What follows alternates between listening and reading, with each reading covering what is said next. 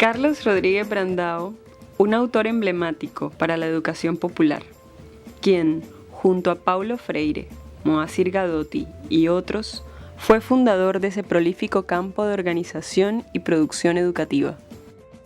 Desde los años 60 hasta la actualidad, sus pensamientos y acciones influyen de manera significativa en los movimientos sociales latinoamericanos y en buena parte del mundo, especialmente como baluarte de las resistencias populares y en nombre de la lucha por la construcción de sociedades emancipadas.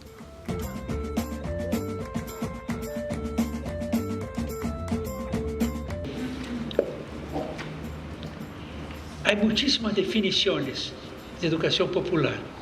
Ninguna es completa, porque también ella es extremadamente compleja y tiene muchas historias.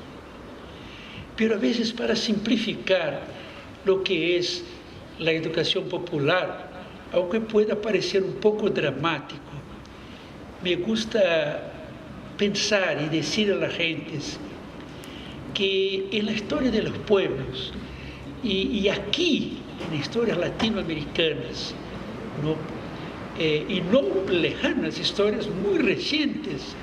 Yo estaba vivo en la mayoría de ellas, tengo 77 años.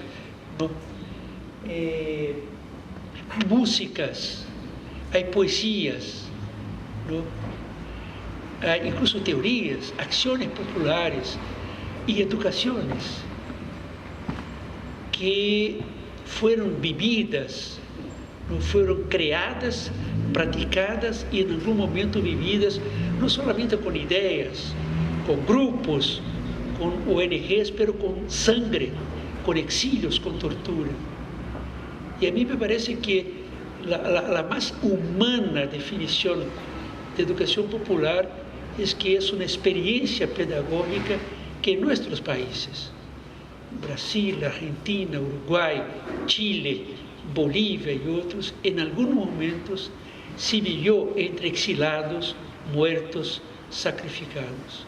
Yo mismo tengo muchos amigos y me imagino ustedes acá.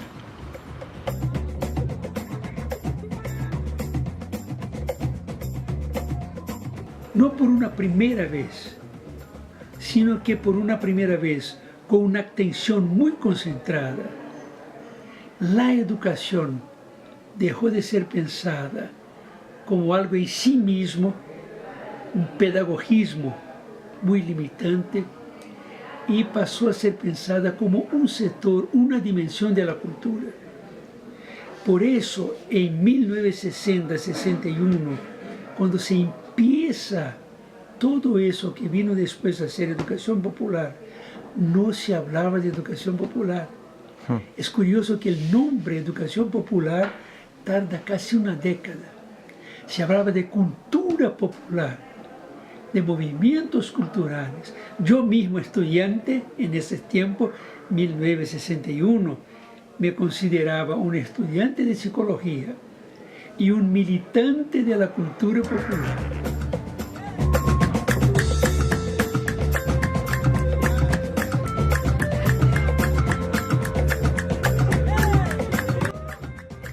Porque creo que cuando pensamos esos problemas, los pensamos siempre desde una vertiente netamente política.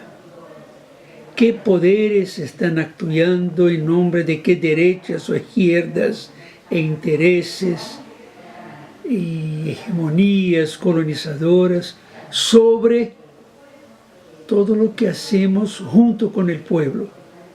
Todo este trabajo de que la educación popular es una dimensión. Pero creo que hay también una versión más cultural y social de eso. Porque incluso creo que son fenómenos que vienen desde muy lejos, desde antes del capitalismo, posiblemente desde cuando la humanidad empezó a hacerse dividida entre la sociedad civil y el poder Estado. Si yo pienso, por ejemplo, ¿cuál es el destino de algo como el bachillerato popular? Veo tres posibilidades, como si fuera un triángulo. tres lados. Uno es hacerse parte del aparato oficial de la educación mantenida, sostenida por el Estado, es decir, de alguna manera depender del Estado, estar vinculado a él. La otra alternativa sería vincularse a movimientos populares, a movimientos, crearse como movimiento popular o vincularse a movimientos populares. Sería el caso del MST en Brasil, el MOCASE aquí y otros más. Y luchar en términos de otras economías, otras relaciones para sobrevivir y para crearse como una experiencia emancipada, tanto del mundo empresarial cuanto del mundo políticamente establecido, el Estado, ¿no? Lo que es una tarea difícil, pero posible. Es decir, crear poder popular, crear espacios, territorios populares de sentido, de trabajo político, independientes del Estado, incluso enfrentando el poder del Estado. Y la tercera alternativa, perversa, peor, incluso ha sido denunciada aquí por el compañero que habló desde el sindicato, es poco a poco aproximarse de entidades que, aunque no se proclamen venidas del mundo del capital y del mundo del mercado, lo representan, totalmente vinculadas al mundo del mercado y a su interés. Así que crean frentes progresistas que se presentan como posibles soluciones a las contradicciones actuales. Son renovadoras, innovadoras, pedagógicamente creativas, pero en definitiva de alguna manera dependen tanto del apoyo del Estado cuanto de los aportes del mundo del mercado.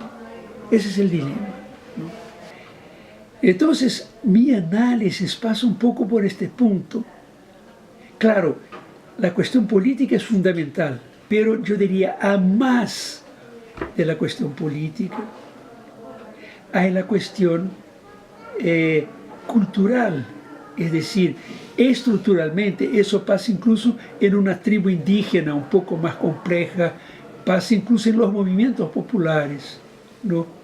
El caso del MST, que tiene muchas escuelas campesinas,